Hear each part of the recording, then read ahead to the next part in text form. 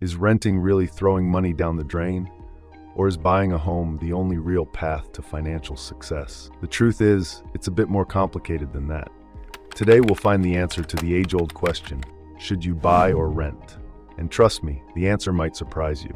Hey everyone, welcome back to InvestNest Insights, your one and only financial partner.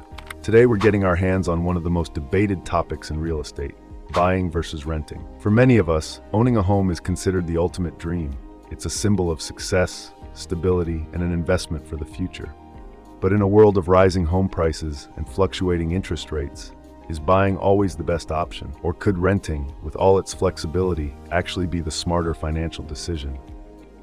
With the housing market going through constant fluctuations, interest rates shifting, and rental prices skyrocketing, it's important now more than ever to understand what makes more financial sense.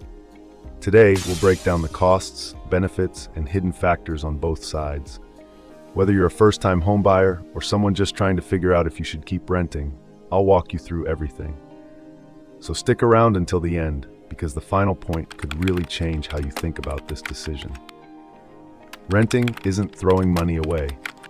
Renting is a waste of money. This is a very common phrase that most of you have already heard. But think about it for a second. When you take a cab or subscribe to a streaming service, do you consider that a waste of money? No, because you're paying for a service, a ride from point A to point B, or access to your favorite shows.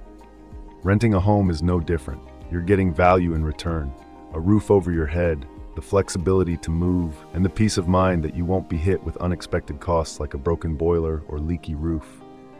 Renting provides stability for your lifestyle and finances in a way that ownership doesn't always match.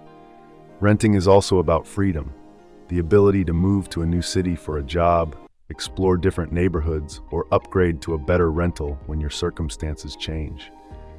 You're paying for the utility of a place to live. There's flexibility in renting. You're not tied down to a 30-year mortgage. You can move when you find a better opportunity, and you don't have to worry about costly repairs. Plus, there's something called opportunity cost, and it's huge in this debate. So the conclusion is, renting gives you flexibility that buying can't match. Imagine getting a job offer across the country. You can pack up and move without worrying about selling a house. Plus, you're not tied down by a mortgage or major home repairs. If freedom and adaptability are important to you, renting could be your best financial move. The hidden costs of buying now. Let's shift to buying. At first glance, buying seems like a better deal. After all, you're building equity, and at the end of 30 years, you'll own your home outright. But here's where people often forget the hidden costs. Sure, your mortgage payment might be around $2,500 per month, but have you considered the extra $500 to $1,000 a month for property taxes, homeowner's insurance, and maintenance? Surprised, right? Owning a home means being responsible for every little repair, from leaky taps to roof replacements. These hidden costs quickly add up, making homeownership much more expensive than people first imagine. Another big cost that people often forget is property taxes. Depending on where you live, these taxes can add a significant chunk to your monthly expenses. And while property values may rise over time, so do your property taxes. That's money you'll need to account for year after year. Before you buy a house, think about all the hidden costs. It's not just the mortgage. There's property taxes, insurance, and repairs that can catch you off guard. Whether it's a new roof or fixing a leaky basement, these costs can add thousands to your annual expenses. So homeownership is a big financial responsibility. Make sure you're ready for it. The power of equity and stability in buying. But don't get me wrong, there's a reason homeownership is still seen as a cornerstone of wealth building. One of the biggest benefits is equity. When you buy a home, you're not just paying for a place to live, you're paying into an investment. Each mortgage payment chips away at your loan balance and increases your ownership stake. And as property values rise over time, you're not just building equity, you're building wealth. Another huge advantage is payment stability. With a fixed-rate mortgage, your payment stays the same, even as inflation causes rents to rise. Let me paint a picture here. Imagine you lock in your mortgage today at $2,500 a month. Fast forward 15 years, and while your rent-paying neighbor is paying $4,000 a month due to inflation, you're still paying $2,500. Imagine locking in your biggest expense for the next 30 years, while everything else, groceries, gas, and rent, keeps climbing.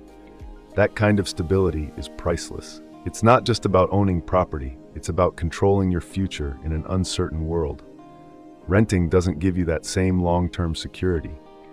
Your landlord can raise the rent, sell the property, or decide to stop renting entirely. As a homeowner, you're in control of your space and your finances. That's stability, and in an economy where everything is in flux, that's powerful. Opportunity cost and the power of investing now. What if instead of putting down a hefty 20% deposit on a home, you invested that money instead? Let's say you're buying a $500,000 home and putting down $100,000. If you invested that $100,000 in the stock market with an average annual return of 8%, in 30 years, that could grow to nearly $1 million. Then think about the difference between your rent and what you'd be paying in a mortgage. If you're renting for $2,000 and would be paying $3,000 in a mortgage, that extra $1,000 could be invested every month. Over time, compounding interest could turn those consistent investments into a significant financial cushion, something even a house might not match in the same time period. Compound that over 30 years, and the numbers are impressive. But here's the catch. This strategy only works if you have the discipline to invest consistently and not spend the difference on other expenses. It's tempting to dip into your savings when life happens. So if you know that you're not going to be strict with your investment plan, then buying might actually be better for you. At least at the end of 30 years, you'll own a home. Personal circumstances matter. At the end of the day, the decision to rent or buy isn't black and white. It all depends on your personal circumstances. Are you planning to stay in one place for a long time? Or do you prefer the freedom to move when opportunities arise? How stable is your income? Can you afford the down payment, or would you rather invest that money elsewhere? If your job requires frequent relocation, or you're still unsure where you want to settle down, renting might make more sense. On the flip side, if you're starting a family and want stability, buying a home can be a sound financial move. Everyone's situation is different, so don't let anyone tell you there's a one-size-fits-all solution. So, what's the verdict at the end? Should you rent or buy? Well, it's up to you. Both renting and buying come with their own set of pros and cons, and what's right for one person may not be right for another. Just remember, you can only make the best decision by understanding your personal financial situation and long-term goals. So that's it for today, guys. If you found this video helpful, make sure to give it a thumbs up, share it with your friends, and subscribe for more tips on how to become successful financially. Let me know in the comments what you think. Are you team rent or team buy? Thanks for watching, and I'll see you in the next video.